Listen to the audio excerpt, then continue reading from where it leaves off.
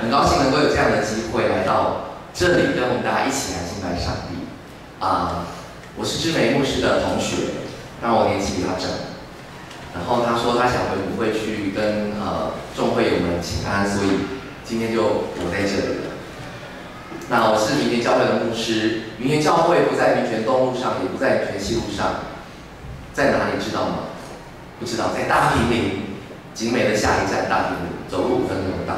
那我们教会不像我们建成教会这么赞，我们是在大楼的10楼，这样，但是我们的咖啡很好喝，欢迎你们来，欢迎你们来。好，如果到大坪林逛街，逛逛的时候可以进来坐。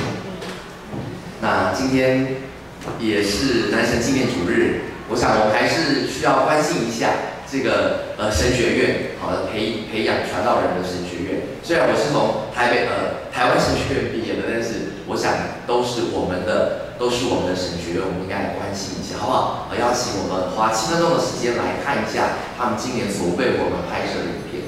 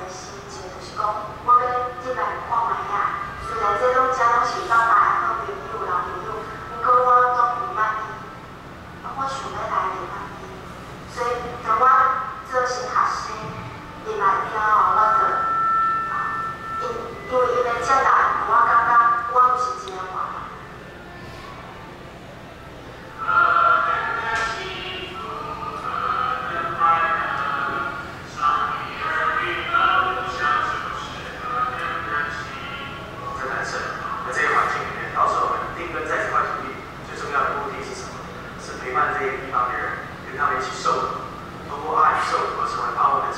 这也是台湾金钟教会新的告白。那在神学不仅是有神学知识和累积，那神学院也教导我怎么样在服侍的过程当中谦卑下来，怎么样委身在一个地方的服侍，而不是看那个地方有多少条件。那我来我的教会，我跟他们的会友是比较辛苦工作的人，所以我跟他们在一起的时候，我心里面一直在想，上帝怎么样用丰盛的地方陪伴他们。那我们尽我们的所能，用基督的爱他们，为他们祷告，使我们因着上帝的爱能够彼此连接，也让我们在这样的过程里面能够彼此服侍，看见他们，也让我看见主在他们身上的样式。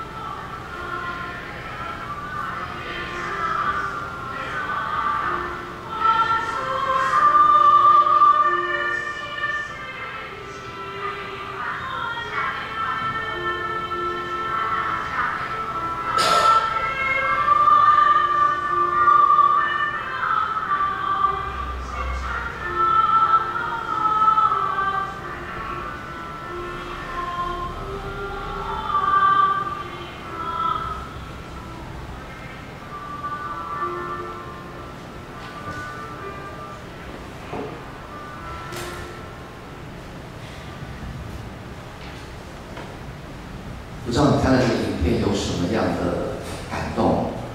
我看到其中有3位传道师，他们跟我一样是2014年毕业的，当然有一位是2015年，其实就是我同届的传道师，所以感觉对他们有一些连结，因为我们也曾经一起受训过。那我们看到他们是凭着信心走出他们牧会的第一步，他们对他们来讲是完全陌生的地方。但是我们看到他们非常勇敢，就委身在那里。他们必须要从头来学手语，学客家话。他们服侍的对象就是这个土地最弱势的人。我在想，他们依靠什么让他们愿意委身在这样的一个我们认为不算很好的环境？你们觉得他们依靠的是什么？我觉得是依靠的是信实的上帝。是有爱跟怜悯的上帝。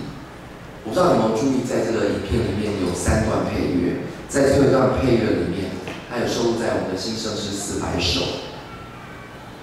他说：“愿主仁爱与你同在。”我唱一下好了。主的爱如流水冲冲，与你分享他的爱，在那蒙蒙的黑夜间烛光。我发现，在蒙蒙的夜里见烛光，就好像是他们目前服侍的一个景况。他们好像是在那个没有盼望的当中，在蒙蒙的黑夜里看见主的光，看见那个希望。我觉得这个就是信心。我们看见他们是顺服上帝的呼召，因信前行。我相信他们最后会得到上帝给他们最好的奖赏。我们一起来祷告。主，我们谢谢你，因为你的恩典、你的爱跟美好的安排，让我们真的有这样美好的机会，一起聚集在这里来敬拜你、来赞美你、来服侍你。我们也真是感谢你，让我们有这样的机会来关心台南神学院。让我们感觉似乎是很遥远，但是我们也学习，我们可以支持他们，为他们祷告，也为他们奉献。我们恳求你的灵与我们同在，开启我们的心窍，也将智慧加添给我们，好叫我们能够更加明白圣经的真理。我们这样恳求祷告，都是奉靠主耶稣基督的圣名。阿门。我要再来继续讲一个关于信心的故事。在美国有个小村落。他们都是靠种植为生的，然后呢，很久没有下雨了，怎么办？作物长不出来，没有办法长大，没有收成，所以他们的经济就发生困难。那个村落，他们都是信基督教的，所以牧师就出面跟他们讲：好，我们没有办法靠什么，但是我们可以靠祷告，好不好？我们来举行一个祷告会，盼望说我们求上帝怜悯，在这个地方降下雨水。让我们的作物生长，我们就有收入，让我们经济问题就可以解决。然后大家就说：好，我们的确需要靠祷告。然后约定的日子，大家就出席了。那牧师就站在台前，他看得清楚每个会友的举动。他就突然看到一个小女孩从门口走进来，然后牧师看到她天真无邪的样子。另外呢，他还带了一样特别的东西，这个东西让牧师就顿时激动了起来。你们知道他带了什么东西来祷告会吗？他带了一把伞，他带了一把伞来这个祈求上帝下雨的祷告会。全教会只有他带了这个伞，所以我们看到，在这样的一个祷告会里面，谁是对上帝最有信心的？我们发现这个小女孩是最单纯的，对上帝最有信心的。当我问她说：“你为什么要带雨伞来的时候”，她就说：“因为我知道祷告后上帝会听我们祷告，然后会下雨啊，我怕被雨淋湿，所以我当然要带伞。”所以我们可以看到说，其实这个小女孩她用的就是一个非常实际的行动来表达她对上帝的信心。信心是什么？信心是什么？在希伯来书11章有讲到，他说：“信就是所望之事的实底，是未见之事的确据。”很难懂，所以我要用现代中文译本的修订版来跟大家讲，信心是什么？信心是对所盼望的事有把握，对不能看见的事能肯定，这个就是信心。讲到信心，我们就想到谁？亚伯拉罕，差点被我们的思维洗脑。亚拉伯汉，我想哇，新的信息人物出现，好，亚伯拉罕，好，没有求你的意思。好，因为他是信心之父亚伯拉罕。那因为他是一位信心的伟人，啊，所以我们称他信心之父，啊，也是值得我们效法的一个对象。那个时候，上帝就呼召他离开他的故乡，到乌尔去，啊，离开了故乡乌尔是到乌尔去，离开了故乡，然后到迦南地区。他有没有对上帝的话打折？其实没有上帝叫他去，他就出发了。好，然后呢，他也不知道他该去哪里，但是他相信上帝会带领他去。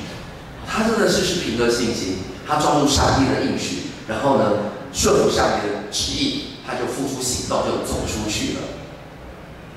那么他这个单纯的信心，其实为他走出了一条新的人生路，让他经历到信实的上帝，因着信心，他进到赏赐丰富的上帝赐给他众多子女，好，成为信心之父，其实也成为多国之父。后来上帝做了一件事，就是要考验他的信心。这个是一个非常大的考验，因为上帝说什么？你要把以撒献给我。这以撒是得来不易的儿子啊，他等了25年，而且是他在100岁的时候，好晚年得子啊，那是多么高兴的事情！这个孩子对他来说是一个宝贝，上帝居然要叫他的宝贝献给他，这对他来说是一个非常大的考验，非常大的考验。那我们来看一下亚伯拉罕他的回应是什么？他没有办法理解上帝为什么要对他这么做，可是呢，他用了一件事情来回应上帝的考验。他用什么？他顺服上帝叫他做什么他就做什么想当初25年前他离开他的故乡，他是听上帝的话，他顺服上帝的旨意。然后呢，25年之后，他一样接受这个考验的时候，他也用顺服来接受上帝给他的考验。他没有怀疑，所以他不知道为什么，但是他相信上帝对他来说，对他来讲一定有更美好的旨意。那因为他通过了这个考验，所以上帝对他其实是非常满意的。所以呢，我们也看到经文的后面，我们今天读的经文够长吧？好，如海边的沙，如天上的星，这么多，这是何等大的福气啊！好，所以他是以色列人的祖先，他的信心又是这么样的大，所以我们就称他是信心之父，这是实至名归的一个称号。好，那当我们想过亚伯拉罕为什么他对上帝，对他所信的这个上帝是这么样有信心的？他的根基在哪里？因为上帝可信嘛，对不对？好，因为上帝是信实的。的确，我觉得上帝的信实就是亚伯拉罕这个信心的一个很重要的基础。上帝之前对他说：“我必叫你成为大国，我必赐福给你，叫你的名为大，你也要叫别人得福。”好，这是上帝给他的应许。然后亚伯拉罕就相信了这个应许一定可以成就，所以就是像我刚刚讲的，他离开他的故乡，然后呢，应许成为大国，他的子孙会很多。可是其实他那个时候怎么样？根本就膝下无子，而且呢，怀孕有望吗？无望了，无望了。可是，在他最完全无望的时候，他却因为信心，他相信上帝的应许，他对上帝依然心存盼望。也因为他是这样，所以上帝的信实就被他成就了。他也终究成为多国的祝福，众人的祝福。那么，从我们今天看的经文当中，我们知道信心其实怎么样，需要考验的，对不对？我们都说我们有信心，可是当考验来临的时候，你所表现出来的未必是有信心的。有一句俗话说，人生要就像黄金，落到火炉里面一样，金星清楚，金炉灰炉啦。我们知道火炉非常的热，如果你落在火炉当中，一定是会受不了。但是呢，我们知道，当黄金落在这个炙热的火炉里面的时候，透过火的这个烧，它可以把杂质去掉。这个黄金的价值怎么样？它本来可能是99变成99.99999，变成纯金，这个价值是怎么样？就更高了。所以其实我们的人生也一样，我们也必须要在困境里面，我们必须要遇到困境，我们必须要像约伯一样，要有这个苦难。虽然在这个苦难当中是痛苦的，你可能会流眼泪，会受不了，但是当你愿意把这个苦难想成是上帝对你的考验的时候，你不要失去你的信心，你不要失去对上帝的信心。我相信这样的哀哭终究会变成跳舞。一宿虽有哭泣，然后呢，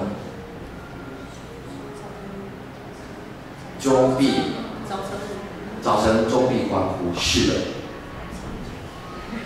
我们在今天经文看到，其实耶和华是一位为我们预备的上帝。耶和华以勒是上帝必预备。我们要说出的应许，我们要相信上帝早就为我们预备妥当了。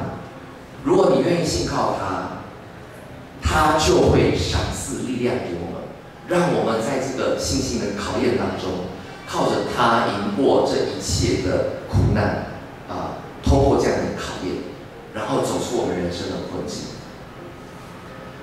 讲到困境，现在亚伯拉罕遇到他人生最大的困境，因为对他来讲，要把他的最宝贵的儿子献给上帝是件很艰难的事情，而且非常的折磨，非常的折磨。那我刚刚已经讲了，其实亚伯拉罕后来顺服了上帝，他用顺服来面对上帝对他这个严苛的考验，这个严苛的信心的考验。经文很长，我就不再多说，但是我简单的说，他听见上帝对他的指示之后，他隔天清早就怎样付诸行动他立刻执行上帝要求他做的事情，不管他内心经过多少的挣扎、痛苦、征战，要不要，但是怎么样，这些激动的情绪完全都不在经文里面呈现。他有没有跟他的老婆商量，说我们要不要把以撒献给上帝？有没有？没有，表示他的信心是真的坚定。然后他走了几天的路，才到达目的地，走了3天这3天当中可不可以后悔？可以可是他有没有改变心意？没有，所以他的信心是非常坚定，没有动摇的。他完全遵照上帝的吩咐去做，表示他的顺服确实是很彻底，而且是完全的。所以当亚伯拉罕他走到哪里，摩利亚山的时候，他怎样？因为其实他是有钱人，而且他地位很好，是有仆人他就对他的2个仆人说：“你们现在跟着驴子就在这边等候，我要带着以撒到那边去拜一拜，就回到你们这里来了。我等一下就回来了。”不知道有没有想过这个问题？他明明知道说他的死刑的目的是把以撒献给上帝要先做燔祭，烧做燔祭，对不对？燔祭就是烧给上帝他知道以撒要死，他们怎么可能再回来？但是他就是跟他的仆人这样说，所以呢，他的信心是非常大的。他不知道后来的事情会怎么样的发展，但是呢，他相信他所相信的这位信实的上帝一定有解决的办法，只是他不知道过程是如何。但是他相信上帝能够成就所有的事情，甚至于在他的挣扎当中，他不知道该怎么解决的时候，他也相信上帝会帮他解决。那么上帝有没有帮他解决？有早就帮他预备好什么羊羔了嘛，对不对？这个脚缠在那个树上，然后就去把它带来，成为一个替代品献给上帝。另外，我觉得以撒这个人，他的态度我觉得也是很有趣的。他跟我们在座的年纪大概差不多，特别是青少年。他那个时候是青少年的，你们有没有很有力气？有，对不对？很会打篮球，对不对？有没有很会打架？不会，现在不能打架。是很有力气的很有力气。搬重物就是要找他们。其实呢，以撒怎样？他是青少年，他有能力反抗。我觉得他的爸爸要拿刀把他杀了的时候，他其实是可以反抗的。当他爸爸说你要成为祭物的时候，他其实是可以逃跑的。可是他怎么样都没有做这件事。我们发现以撒跟他的爸爸亚伯拉罕一样，怎么样？是用非常顺服的心听从上帝的命令。他跟爸爸一样，都顺服了上帝的旨意。所以现在我要问我们自己：当我们面对信心的考验，我们是不是也一样用顺服来回应上帝的考验呢？我讲一个例子，有个人他去攀岩，他是攀岩高手，可是这次的攀岩他失败了，他不小心就摔下来，然后呢掉落在这个山谷里面，他就挣扎着，靠着本能抓到了一个树枝，然后靠着树枝吊着。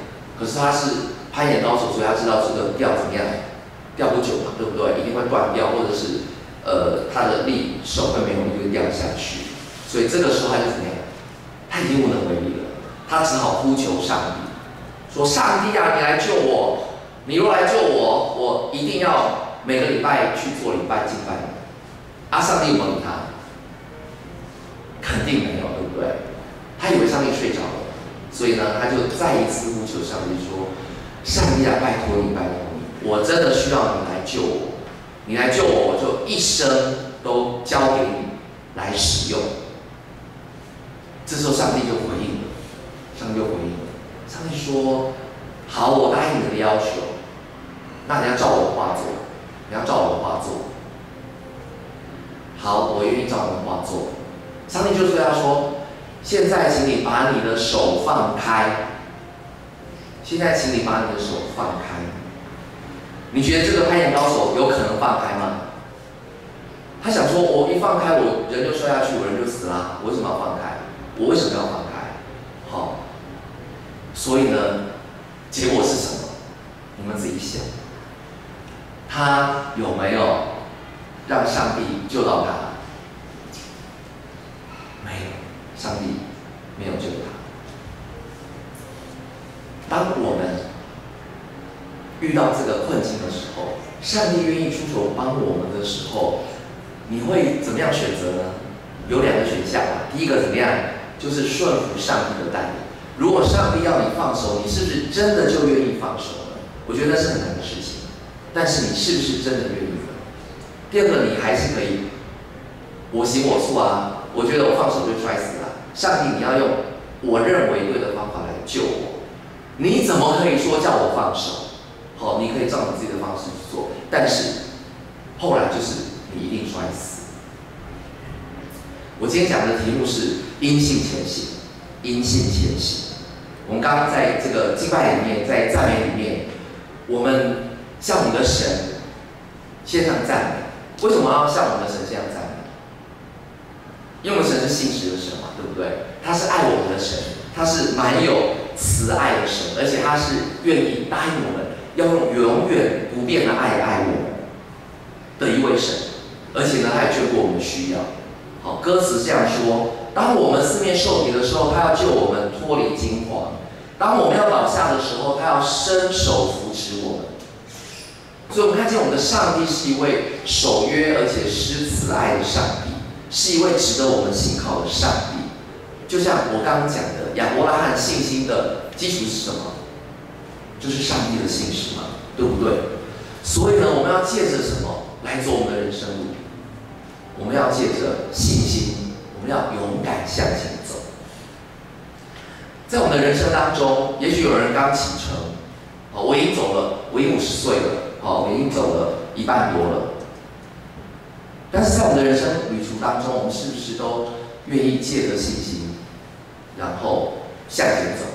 是不是都能够因信前行？这个因不是因为的因，因是凭借的意思，所以因信前行是凭借着信心向前行的意思。我再来讲一个故事，是一个小说上面写的。他就说有一架飞机失事了，然后飞机的驾驶跟大部分的乘客都死亡了，非常奇妙的。生存就是生还者，这7位生还者呢都是瞎眼的人。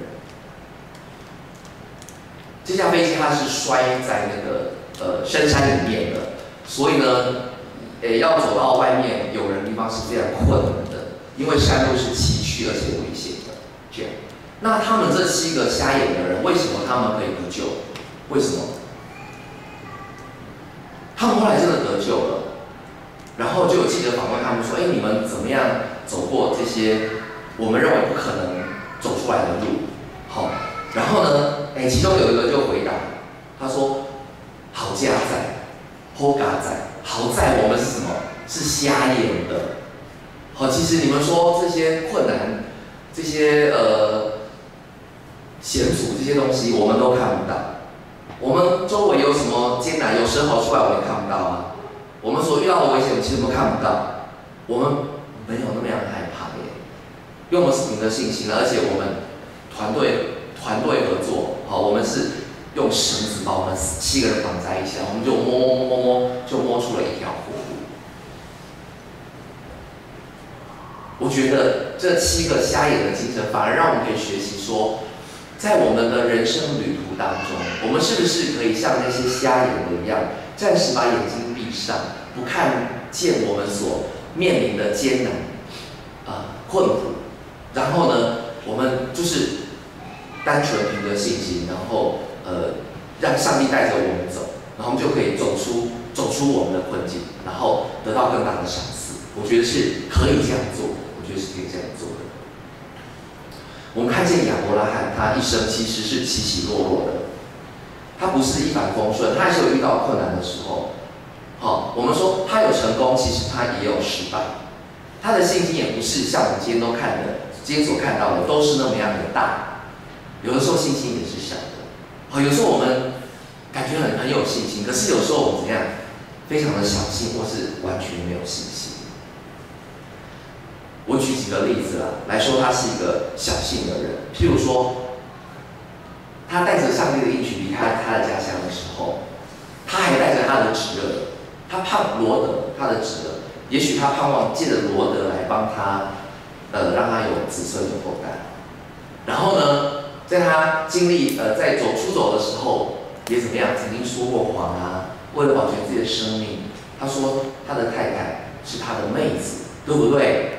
然后呢，他也想，我真的都没有后代子孙啊，好，那我是不是娶了妾？他后来娶了夏甲当他的妾嘛，对不对？帮他生孩子啊，好，为什么要做这个事情？因为他要传宗接代，他靠了人的方式来做。我觉得这个是有的时候人就是这样，不都是信心饱满，也有小信的时候。那我们看到亚伯拉罕的所做，我们也知道说，其实有的时候我们真的是会有小信的时候。意思是说什么？说其实，在我们在走这个天路的时候，奔跑天路的时候，或是在走在我们人生的旅途上面，其实我们会遇到一些艰难困苦，或是遇到试炼，或者是挑战。我们要把这些试炼或挑战当作是一个考验信心的功课。我们要学习用顺服来接受上帝的考验，这是盼望我们说，就像那个瞎眼一样，不看周遭的环境，只靠上帝，然后因信前行，凭着信心向前行。当我们这样做的时候，我相信你所得到的赏赐一定是跟亚伯拉罕一样的大更多。上帝所赏赐你的是超乎你想象的丰盛跟富足。我想，今天我们的主领选了一首歌，叫《永远与我同在》。的确是这样。他说：“耶和华，你是我的主，是信实的主，你守护着我的每一步，你的爱充满了我的心。我相信你永远与我同在，你永远与我同在。所以我要用信心来回应你对我的爱跟信实。”我们来唱这首《永远与我同在》。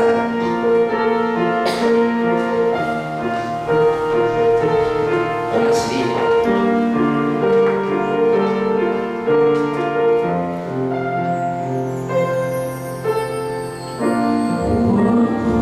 我求你我主，渴望你昨天我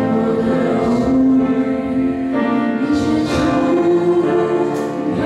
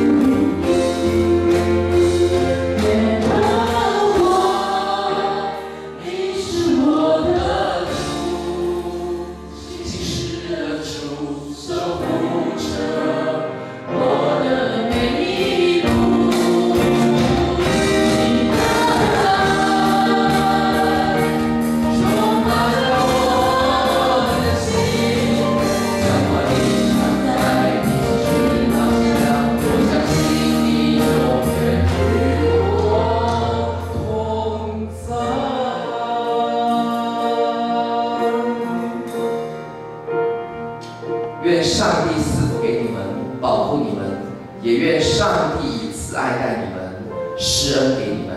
愿上帝看顾你们，赐平安给你们。阿们。